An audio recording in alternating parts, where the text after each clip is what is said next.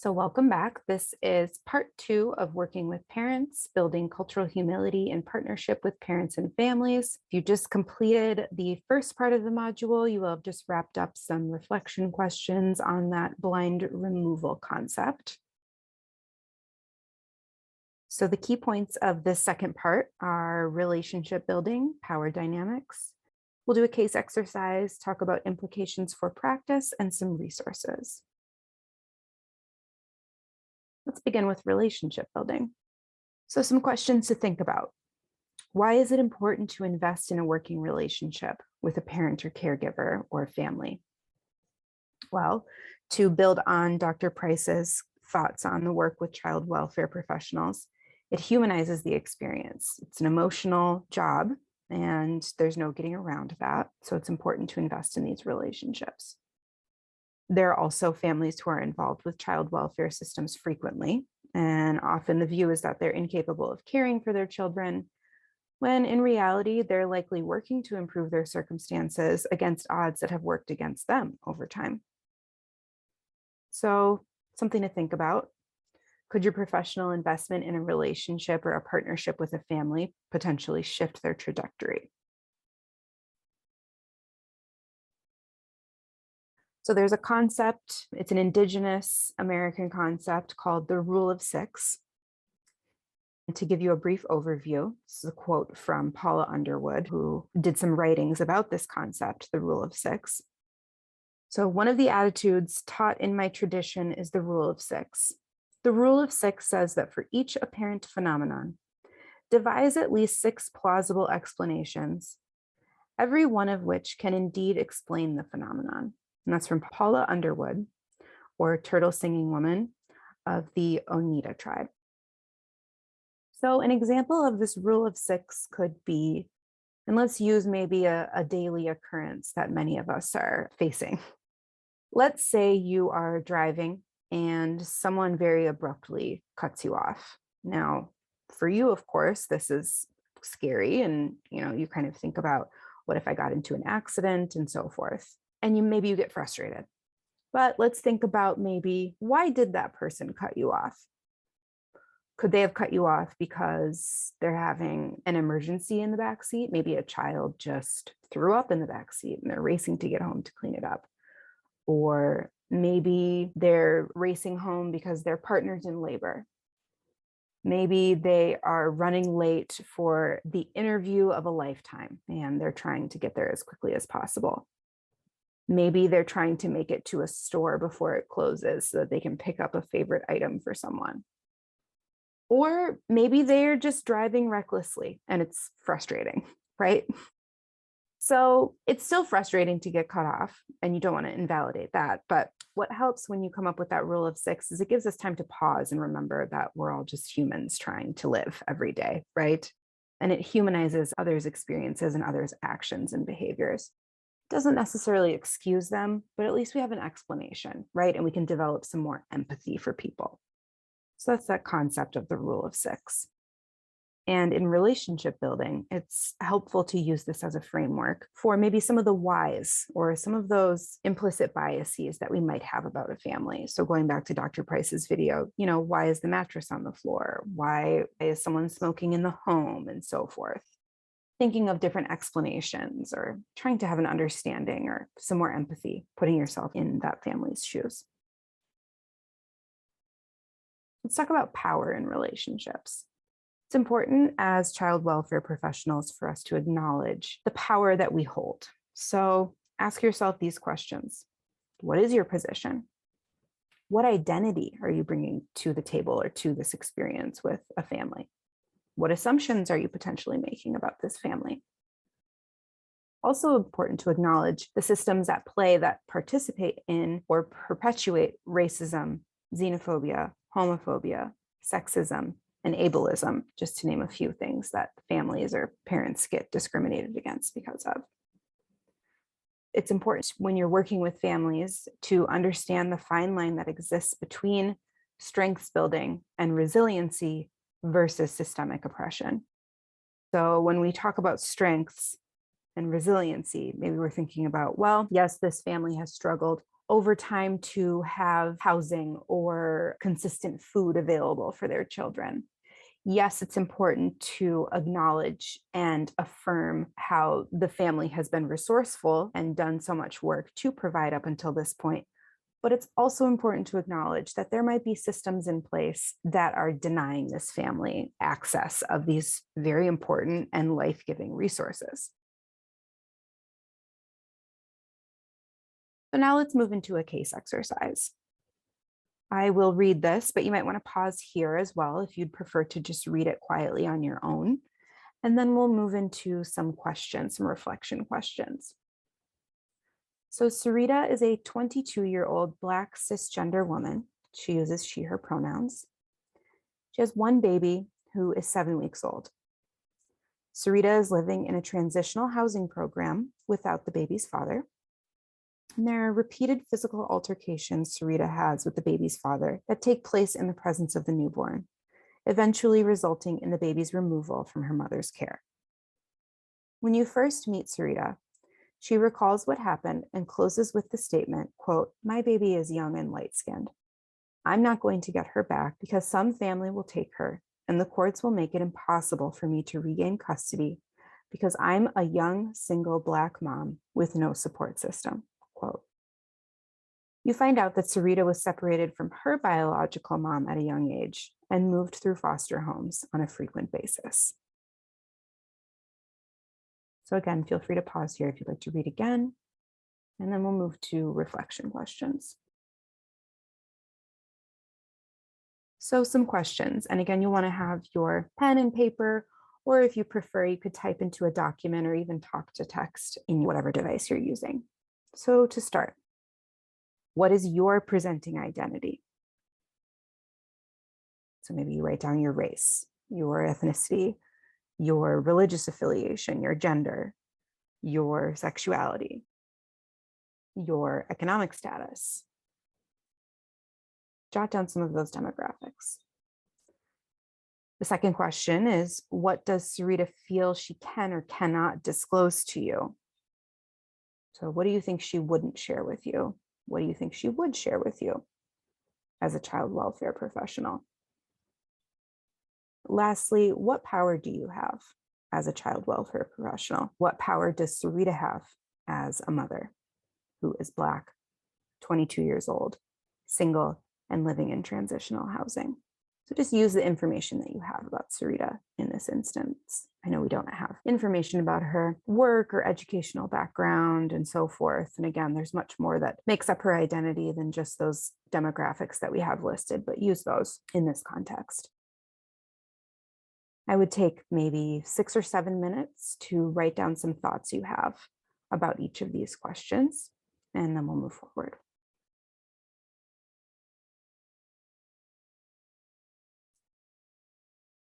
So let's talk about having this cultural humility in practice and what it looks like to apply it.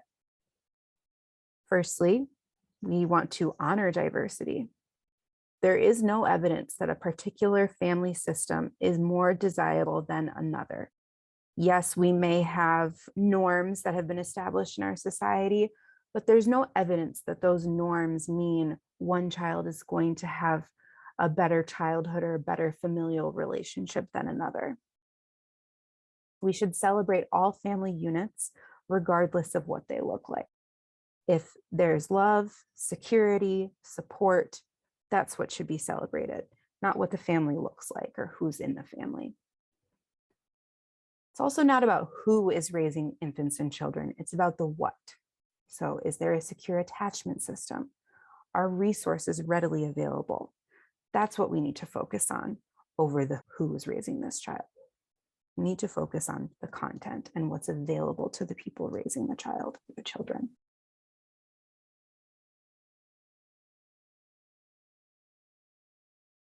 So continuing on in practice, it's important to be aware of power, right? So who has it? Who doesn't have it? What systems are involved? What harm have they caused? And again, we're moving away from this concept of cultural competency and towards cultural humility. We can't be culturally competent if we're not part of a culture. We can have humility and be open to learning and not being experts, and have humility when we approach working with someone who may be different from ourselves. So moving forward on applying this work in your practice, let's talk a little bit about supervision. So we've got a video from Professor Loretta J. Ross on the TED Talk website. She works out of Smith College. Consider some of the practices that we've discussed when you're in supervision in order to foster what we would consider a safer space, especially when challenges arise due to cultural differences or implicit biases that you note in yourself and then that maybe are possibly at play. Maybe think about you're in a case review with your supervisor and some colleagues, maybe 3 or 4, and a colleague mentions the apartment building where a particular family lives, and your team groans because of the quote reputation the building has, because it's in a low income neighborhood and it's under resourced. They discuss how sleeping arrangements are inappropriate because bed sharing takes place among extended family living in the apartment. So, what might you say in order to, quote, call in, call out, or call on your coworker? And that's the focus of this video from Professor Ross. So, pause here and go to TED.com/talk, and you can just search Dr. Ross's name, Loretta J. Ross, or you can search in supervision, don't call people out, call them in. It's about 14 minutes long. So, you can pause here, and then we'll come back and have a few lines that you could share with this colleague in supervision.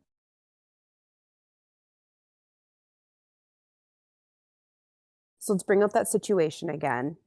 So remember, you heard a colleague talk about sleeping arrangements in the apartment building they live in and saying how bed sharing is inappropriate. You could say something along the lines of, bed sharing is pretty common in that family's culture. What did you mean when you said you thought it was inappropriate? Or, wow, I noticed a huge collective sigh from everyone when you brought up that apartment building. It's an area with a pretty low median household income, but does that mean that parents or caregivers living there can't successfully raise their children? Those are just some ideas. Word it in your own words. And this takes practice. This is not easy. So it's something to work on, but worth it in the long run for these families.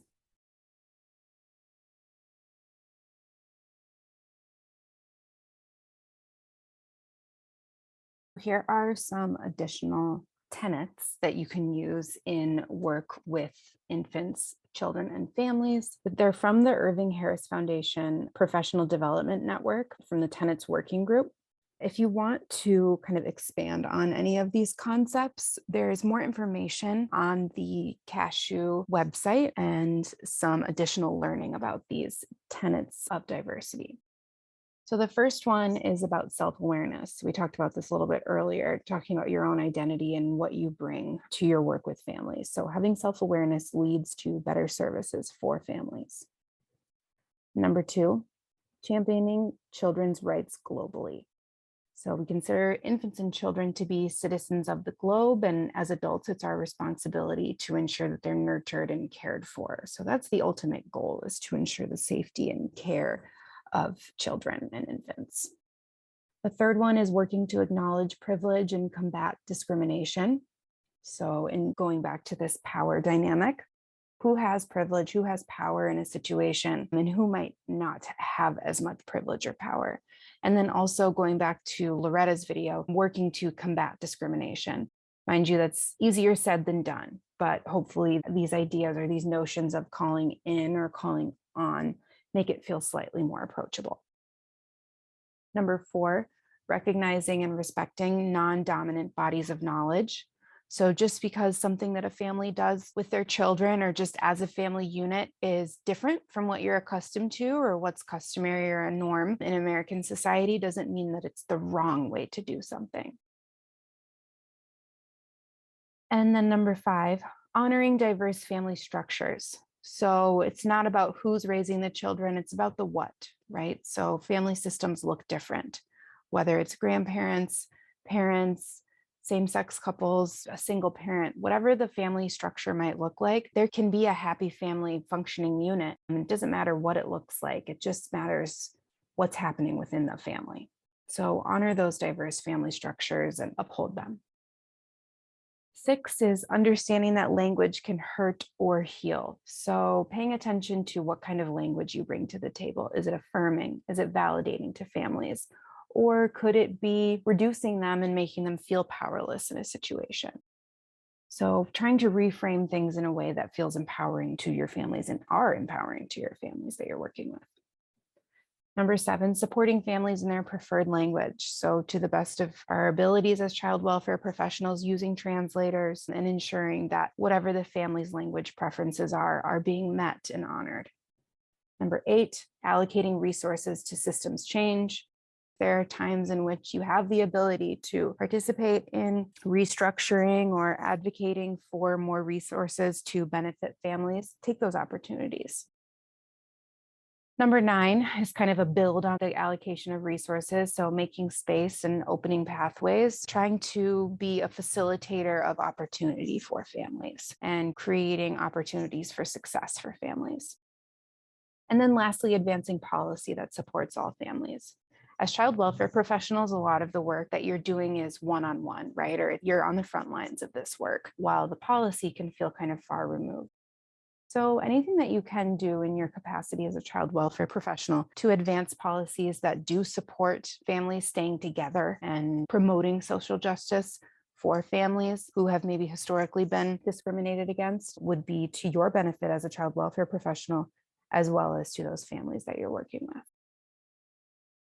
This brings us to the end of this learning module. It's important to continue this learning, and there's a lot more opportunities for this learning on the CASHU website and in this module series. There are some resources at the end here. You won't be able to click in this module, but they are available on a resource page on the CASHU website. More information on that rule of 6. And then there's more information on Dr. Jessica Price's race blind removal proposal, and then also more information on those tenets of diversity. If you have further questions, you can reach out to CASHU. Otherwise, thank you for participating.